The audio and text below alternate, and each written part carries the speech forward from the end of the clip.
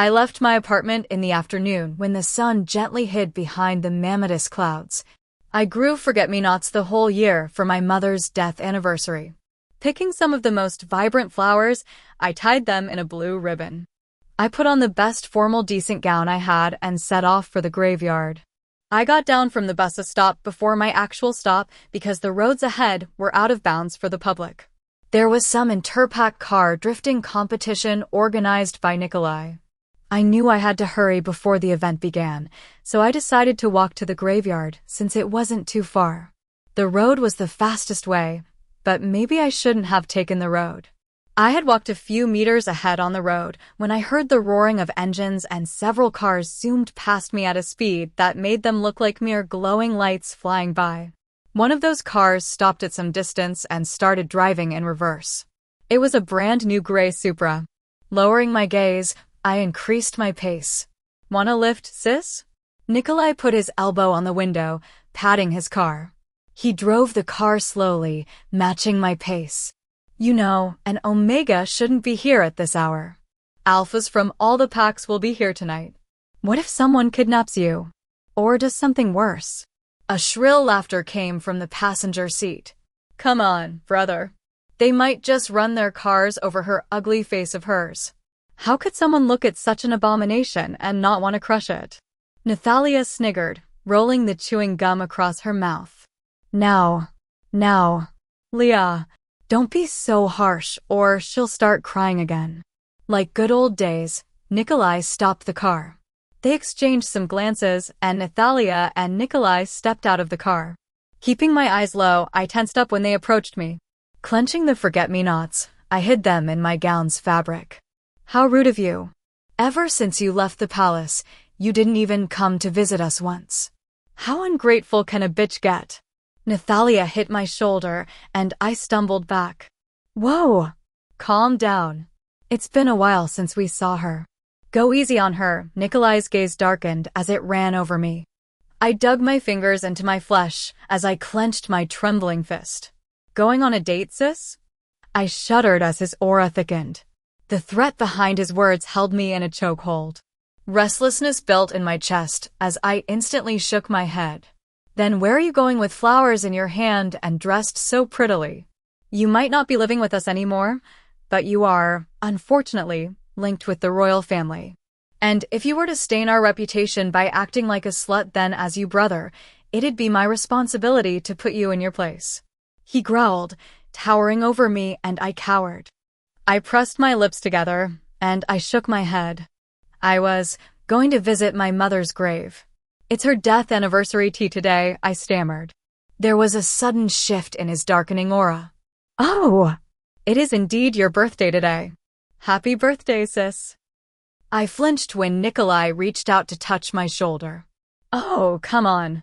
We're family, sis. And until you were doing something that you shouldn't be doing, I would never hurt you. Okay, as a birthday gift, let me give you a ride to the graveyard. These roads will turn scary soon. Cars will run wild here. I don't want you to get hurt badly." Nikolai turned to Xanthea. "Leah, you can join Carl in his car, right?" Xanthea gave me a nasty smirk and nodded. "Of course. Hop on, sis." He opened the car door for me. "It's our Omega mother's death anniversary. Let me correct my mistake and drop you safely to the graveyard. I know a shortcut. Come on, get in.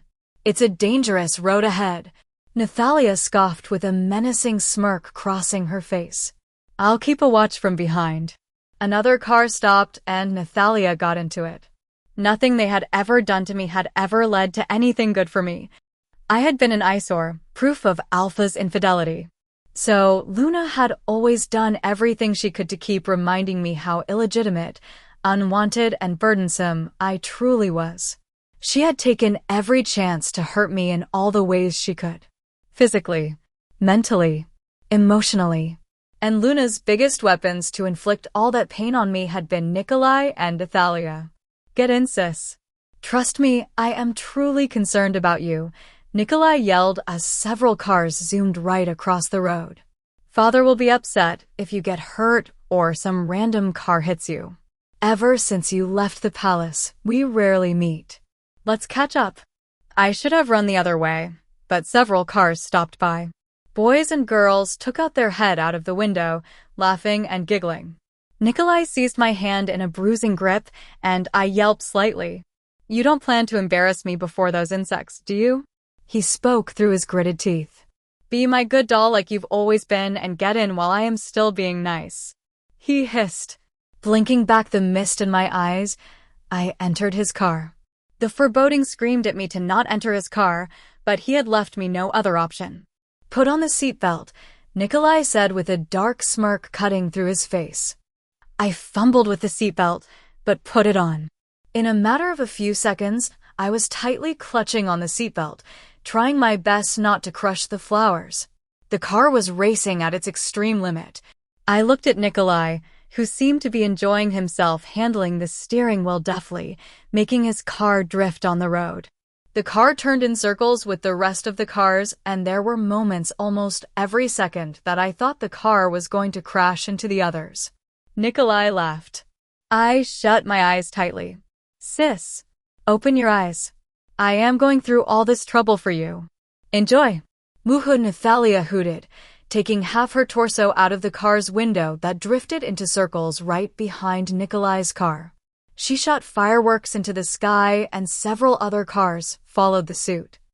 Soon, enormous flags of several packs fluttered in the car as their cars flew by.